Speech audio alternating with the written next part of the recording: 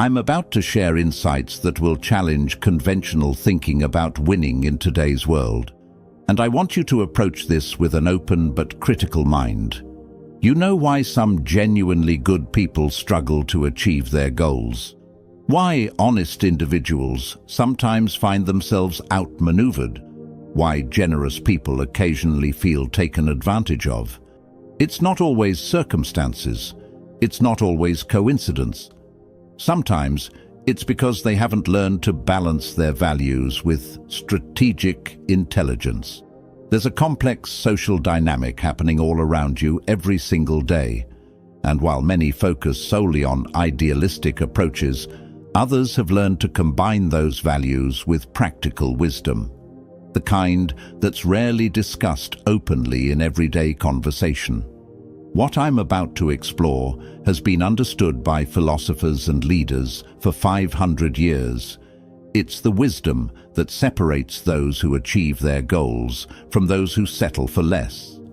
But here's the thing. Once you understand this perspective, it expands your awareness. Once you see how human psychology really works, you'll notice patterns everywhere. You'll understand the deeper dynamics behind every interaction, every relationship, every success story. So if you prefer simple approaches to complex human situations, this exploration might challenge you, because what comes next examines the nuanced areas that most people never consider.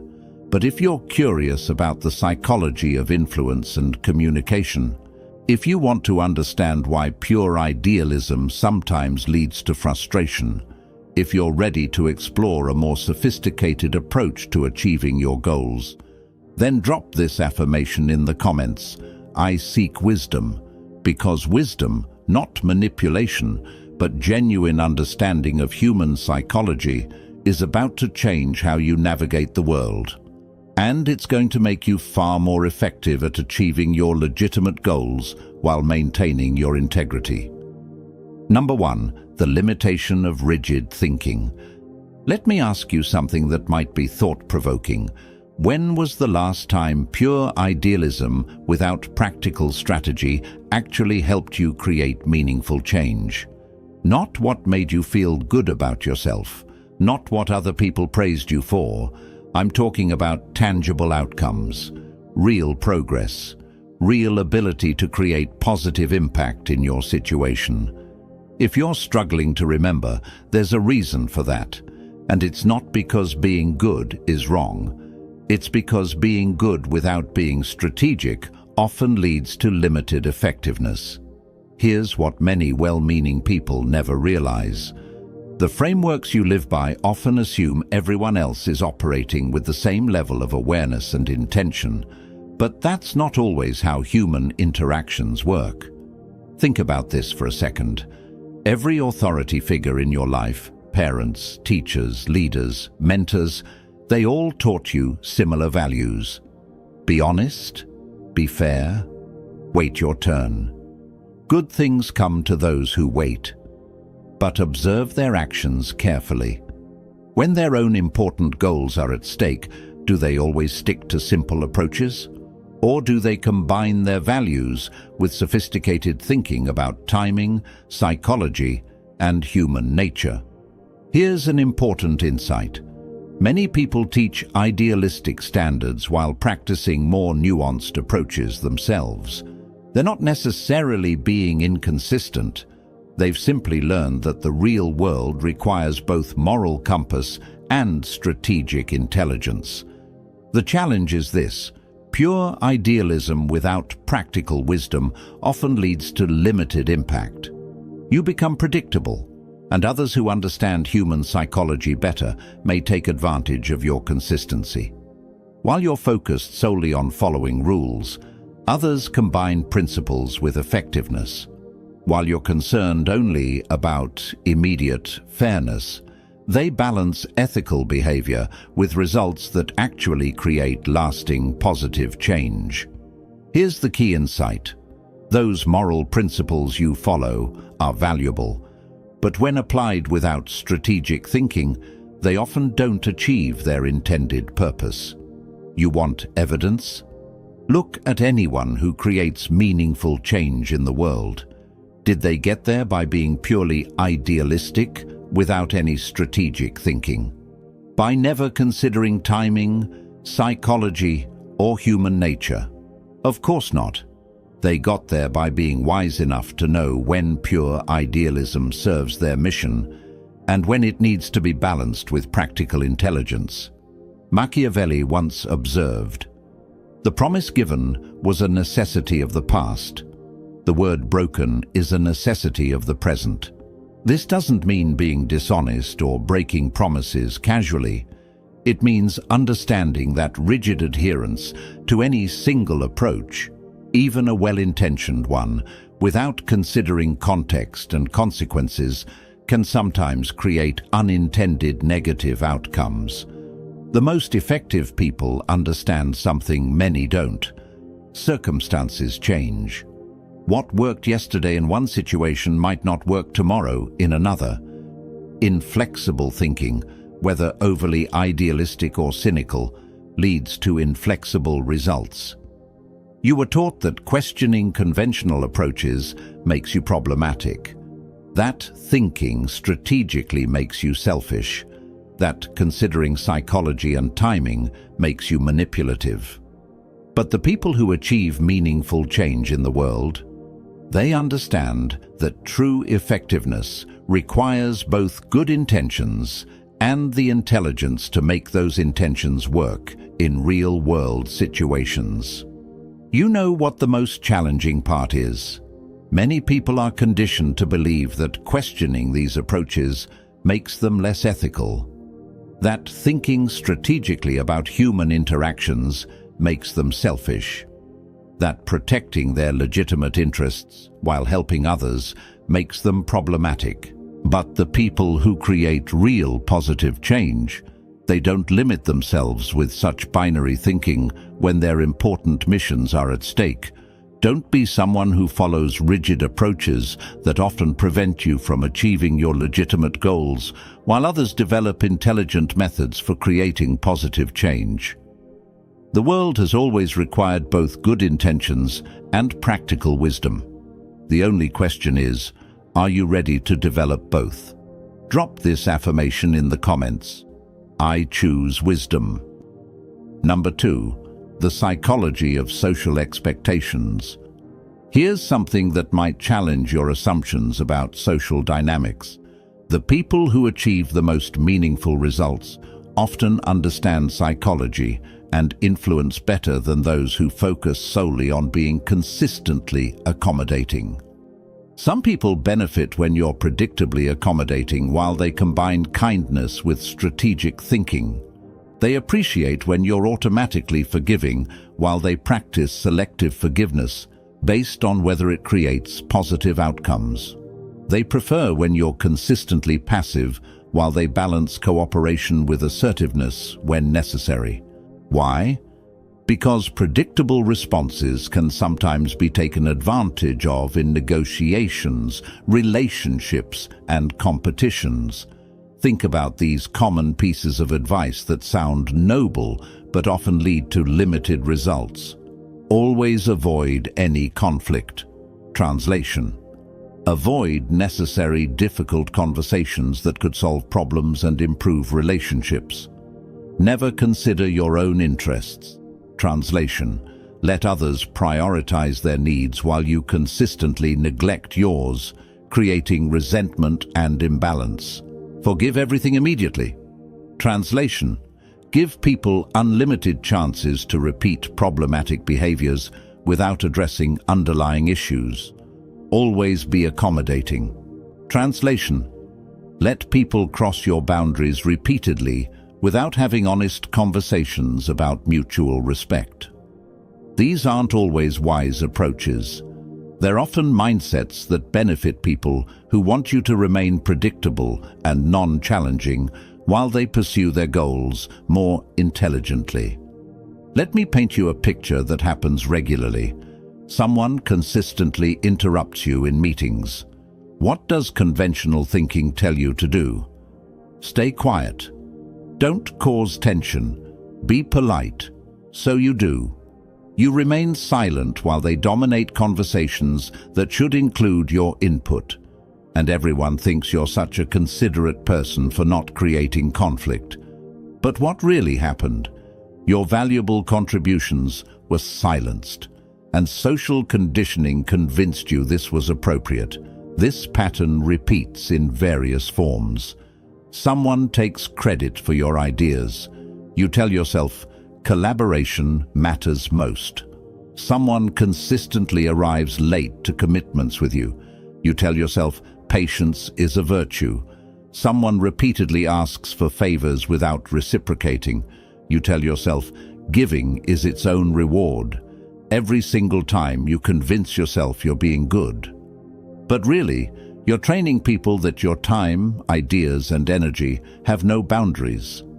Machiavelli once said, "Men are so simple and so much inclined to obey immediate needs that a deceiver will never lack victims for his deceptions." The deception is this.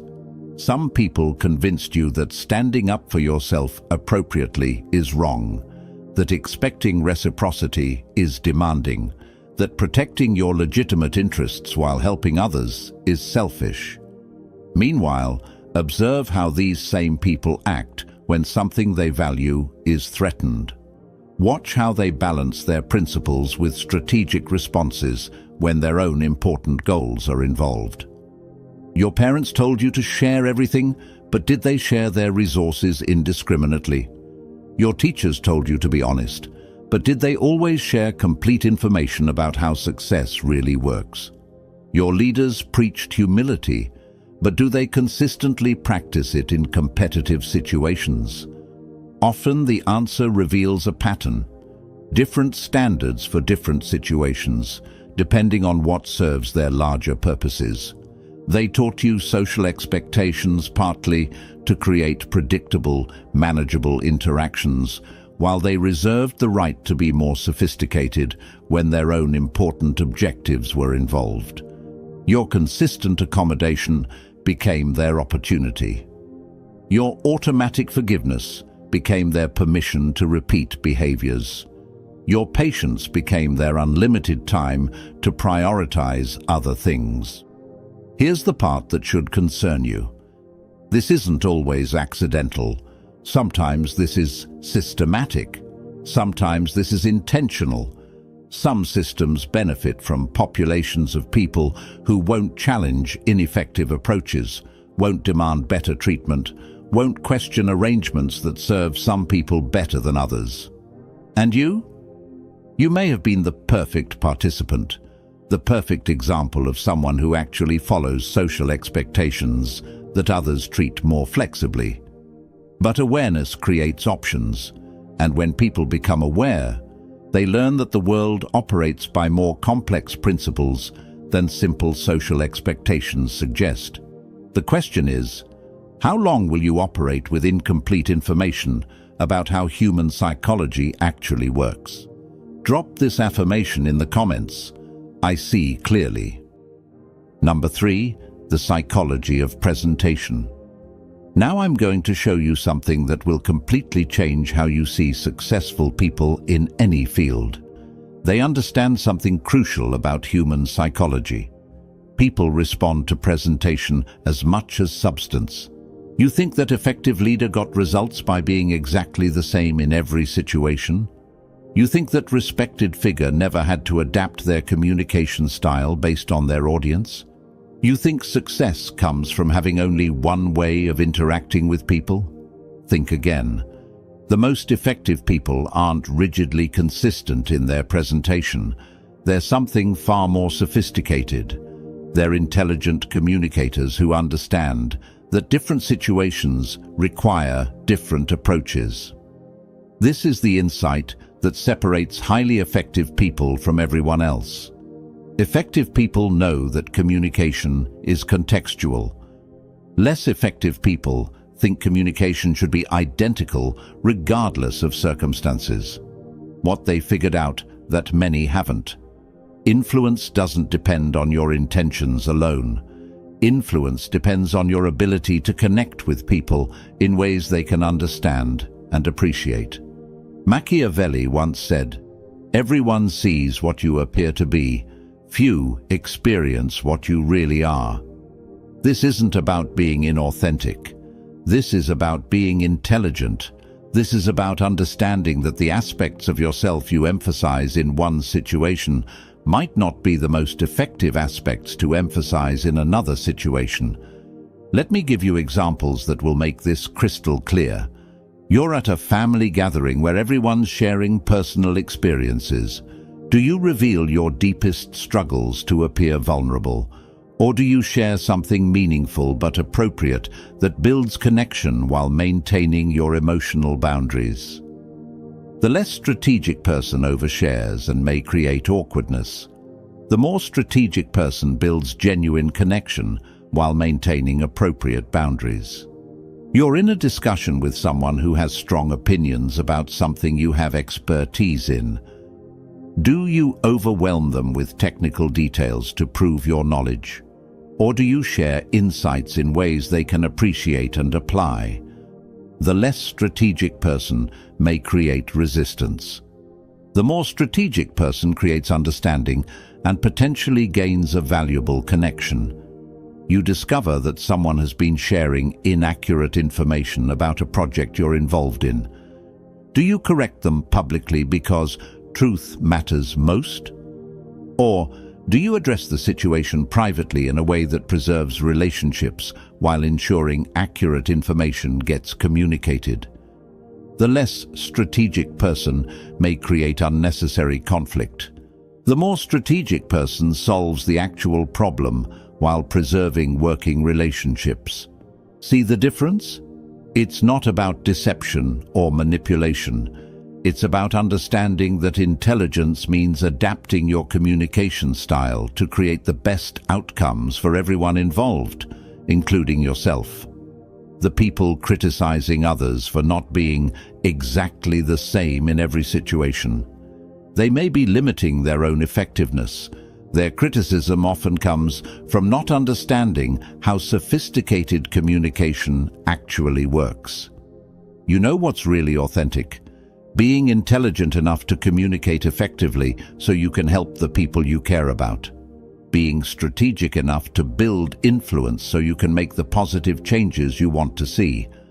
Moral consistency from a position of limited influence helps fewer people. Strategic effectiveness from a position of earned influence creates greater positive impact. The crowd may judge adaptability, but they often only see the surface. The people who matter, the ones making real decisions, building real value, creating real change, they understand sophisticated communication. And sophisticated communication is this. Present the aspects of yourself that create connection and understanding. Build the reputation that opens doors for collaboration. Develop the communication skills that create opportunities to make a positive difference. This doesn't make you dishonest. This makes you effective. This doesn't make you inauthentic. This makes you complete. Master the art of contextual communication, and you master the art of creating positive outcomes in diverse situations. Drop this affirmation in the comments. I master communication. Number 4. Breaking free from limiting beliefs. Let's talk about the invisible barriers that keep many people from reaching their potential, their entire lives. These aren't made of external obstacles. They're made of something far more subtle, self-imposed limitations based on misunderstood concepts about success and worthiness. This is where it gets personal. This is where you realize how deeply certain limiting beliefs can run. How many times have you wanted something that would improve your life, but stopped yourself because it felt too ambitious? How many opportunities passed you by because you worried about whether you deserved them? How many times did you apologize for taking up space, asking for what you've earned, or simply wanting to grow beyond your current situation? That's not wisdom talking. That's conditioning. The truth that many never discover is this: self-doubt is often a learned response, and it only limits you if you don't question its validity. Think about this carefully. Who benefits when you doubt your worthiness? Who gains when you feel uncertain about pursuing opportunities? Who profits when you hesitate to advocate for yourself effectively? It's rarely you. It's usually systems or people who benefit from you staying exactly where you are rather than growing into your potential. Let me address common limiting beliefs. Limiting beliefs tell you that wanting growth is greedy. But why should you be satisfied with less than you're capable of achieving? Who decided that your potential should remain unrealized? Limiting beliefs tell you that prioritizing your development is selfish. But think about this logically. If you don't invest in your own growth and capability, how can you be most helpful to others? Why would it be noble to neglect developing your ability to contribute? Limiting beliefs tell you that your success somehow diminishes others. But in most situations, this is completely false. Your growth often creates opportunities for others. Your success often enables you to help more people more effectively. The people who may have unconsciously programmed you with these limitations, they often don't operate under the same restrictions themselves. While you're paralyzed by self-doubt, they're taking action and creating results. Machiavelli once said, "It is not titles that honor men, but men that honor titles." You don't need permission to grow. You don't need approval to improve your life. You don't need validation to pursue your goals with determination. But here's what successful people do differently. Instead of fighting limiting beliefs, they reframe them entirely. When someone suggests you're being too ambitious, you don't defend yourself. You say, "I'm taking responsibility for developing my potential." When they call you focused on success, you don't apologize. You say, "I'm maximizing my ability to contribute." When they try to make you feel guilty for wanting growth, you don't explain yourself. You keep moving toward your objectives. Here's an exercise that can change your perspective. For the next week, every time you feel uncertain about pursuing an opportunity, ask yourself these 3 questions. First, who specifically benefits if I doubt myself in this situation?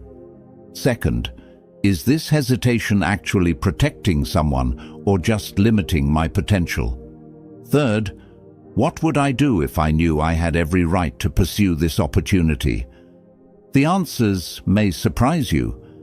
In most cases, the self-doubt serves others' comfort levels more than it serves your authentic development. It's not protecting anyone, it's just keeping you smaller than necessary. The moment you understand this, everything changes. You realize that much of your self-doubt was learned, not natural. It was often installed by people who needed you to behave in ways that didn't threaten their position or worldview. You start to see that the most effective people don't spend time doubting their worthiness.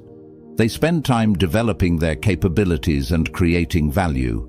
They understand something you're learning. Self-doubt is optional. Limiting beliefs are optional. Results require action despite uncertainty. The people trying to make you feel guilty for pursuing growth, they may be struggling with their own limitations. The people criticizing you for wanting success, they may not understand how success actually works. Your job is not to make everyone comfortable with your development. Your job is to grow into your potential despite others' discomfort with change. Drop this affirmation in the comments: I choose growth. Number 5. The framework of strategic ethics. Here's where everything you've learned comes together into a system that actually works in complex real-world situations.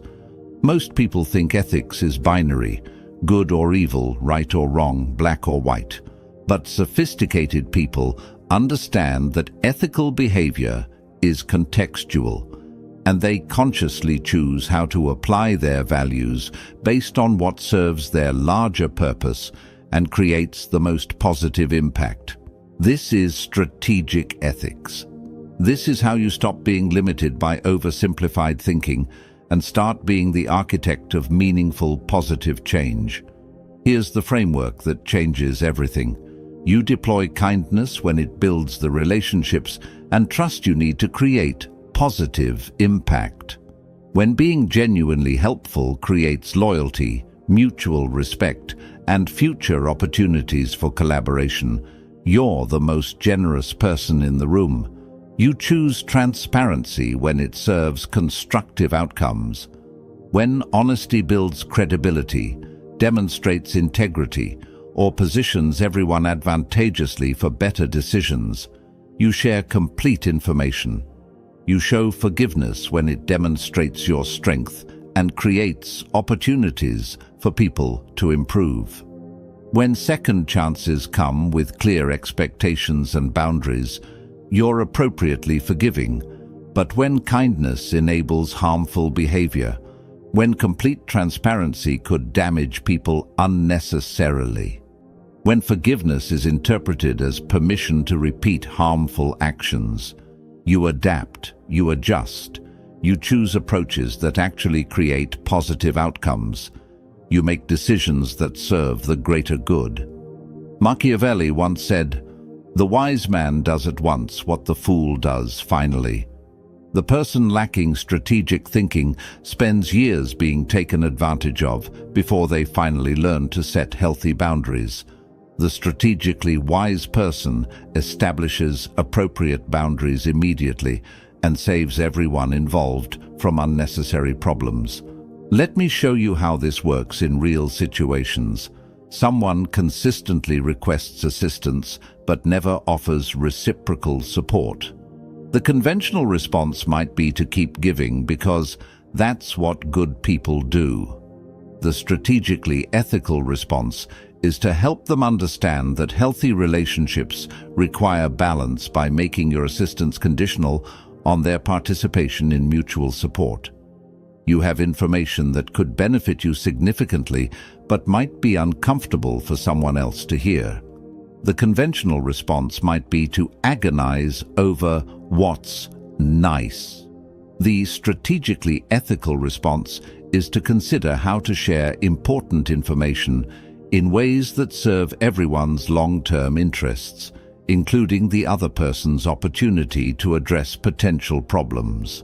Someone spreads inaccurate information about you that could damage your reputation unfairly. The conventional response might be to take the high road and ignore it.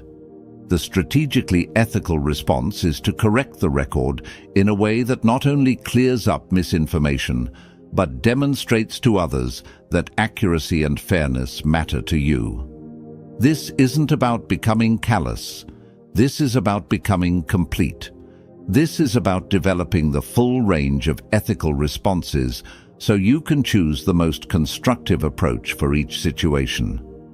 Think about the people you admire most in history, the leaders who created positive change, the innovators who built value, the reformers who improved society. Did they succeed by applying simple ethical rules regardless of context? Or did they succeed by being strategically ethical, choosing their battles thoughtfully, timing their actions wisely, and using every appropriate tool available to achieve their larger mission of creating positive impact? Every person who has ever accomplished anything significant has had to make decisions that simple thinking wouldn't support. They've had to balance multiple considerations, weigh competing values, and prioritize long-term positive impact over short-term comfort. The difference is that they don't apologize for being sophisticated in their thinking. They understand that their achievements enable them to help more people, create more value, and make a bigger positive impact than they ever could from a position of moral simplicity and practical ineffectiveness. Strategic ethics doesn't mean abandoning your values. It means expanding your methods so your values can actually create positive change in complex situations. You can still be generous when generosity advances constructive outcomes. You can still be transparent when honesty serves everyone's authentic interests. You can still forgive when forgiveness creates opportunities for genuine improvement.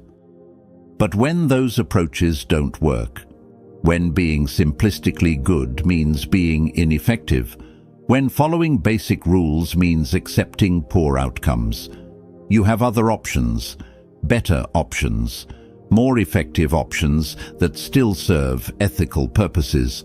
And effectiveness isn't just about you. When you become more effective, you gain the resources and influence to help others become more effective too. When you limit yourself through oversimplified thinking, you help fewer people, including yourself. The world needs more people who can be both ethical and effective, both principled and practical, both value-driven and strategically intelligent. It needs people who understand that the highest ethical calling is building enough capability and influence to make ethical choices actually matter in the real world. Drop this affirmation in the comments. I create positive impact. Number 6. The choice before you. We've reached the moment where everything changes, where you choose between limited thinking and sophisticated understanding. The hidden cost of oversimplified approaches isn't dramatic. You don't lose everything in one catastrophic moment. You lose gradually, quietly, subtly, one missed opportunity at a time. Every time you accept what should have been questioned, you train people that your standards are flexible and your boundaries are negotiable. Every time you remain passive when you should have engaged constructively, you teach the world to make decisions without considering your input or value. Every time you choose being liked over being respected, you sacrifice your future influence for temporary social comfort. And the cost? The cost is the positive impact you could have made, the person you could have become, the contribution you could have offered if you had understood how influence and effectiveness actually work instead of how you hoped they would work. Right now, there's someone with your talents, your intelligence, your potential who is living the life you want. They have the relationships you desire, the achievements you dream about, the influence you wish you had. What's the difference between you and them? They learned what you're learning right now, but they learned it earlier. They figured out that the world doesn't reward goodness alone. It rewards effectiveness. They understood that ethical behavior is something you can express more fully once you have influence, not something that automatically gives you influence. They realized that the people teaching simplistic approaches to them weren't following those same limitations when their own important goals were involved. Machiavelli once said, "Since love and fear can hardly exist together, if we must choose between them, it is far safer to be feared than loved." But here's what this really means in your life. It's better to be respected for your competence than dismissed for your naivety. It's better to be taken seriously for your capability than ignored despite your good intentions. Now, I know some of you are thinking, this sounds complex, this sounds challenging, this can't be the whole picture. And you know what? That reaction proves exactly why you needed to explore this perspective. That voice in your head questioning this information, that's not necessarily your moral compass. That might be conditioning that has kept you exactly where you are while others moved ahead, using more sophisticated understanding. The people who taught you that effectiveness is somehow unethical, look at their results. Are they creating the positive impact they talk about? Are they achieving the changes they say matter to them? Are they living according to the simplified approaches they recommend to others? Often not. They taught you approaches they never planned to follow themselves when their own important objectives were involved. They gave you frameworks that limit your effectiveness, while they operated by more sophisticated principles that enabled their success. The choice in front of you right now is straightforward. You can continue following approaches that limit your impact, or you can learn principles that actually create positive change. You can keep being the person who means well but achieves less, or you can become the person who means well and achieves more. You can remain someone who has good intentions but limited influence, or you can become someone who combines good intentions with the capability to make those intentions matter. But understand this: complex human dynamics exist whether you understand them consciously or not. The only question is whether you're going to learn how influence actually works, or continue operating with incomplete information about human psychology. History doesn't remember people who were morally pure. It remembers people who were strategically effective. It doesn't celebrate those who followed every rule. It celebrates those who changed the world. And changing the world, whether your world or the bigger world, requires understanding how power actually works, not how you wish it worked. This isn't about becoming manipulative. This is about becoming complete. Someone who can be ethical when ethics create positive outcomes, and strategic when strategy serves ethical purposes. Someone who has enough influence and capability to make their ethical choices actually create meaningful positive change, instead of just making themselves feel better while accomplishing less. If this exploration has expanded your thinking about how influence and effectiveness actually work, hit that like button. Share this with someone who's been limiting their impact by using oversimplified approaches, while others create meaningful change through more sophisticated understanding. And subscribe, because this is just the beginning of exploring how human psychology actually works, instead of how we might hope it works. Most importantly, drop this final affirmation in the comments: I choose power. Because that's what you become when you stop limiting yourself with approaches that don't serve your goals and start creating your own strategic code for winning. Remember, the real world belongs to those who understand its real rules. Victory belongs to those who stop apologizing for wanting it. Power belongs to those who are intelligent enough to acquire it and wise enough to use it well. You now know what many people never explore. The question is, what are you going to do with this understanding? Welcome to sophisticated thinking about creating positive change.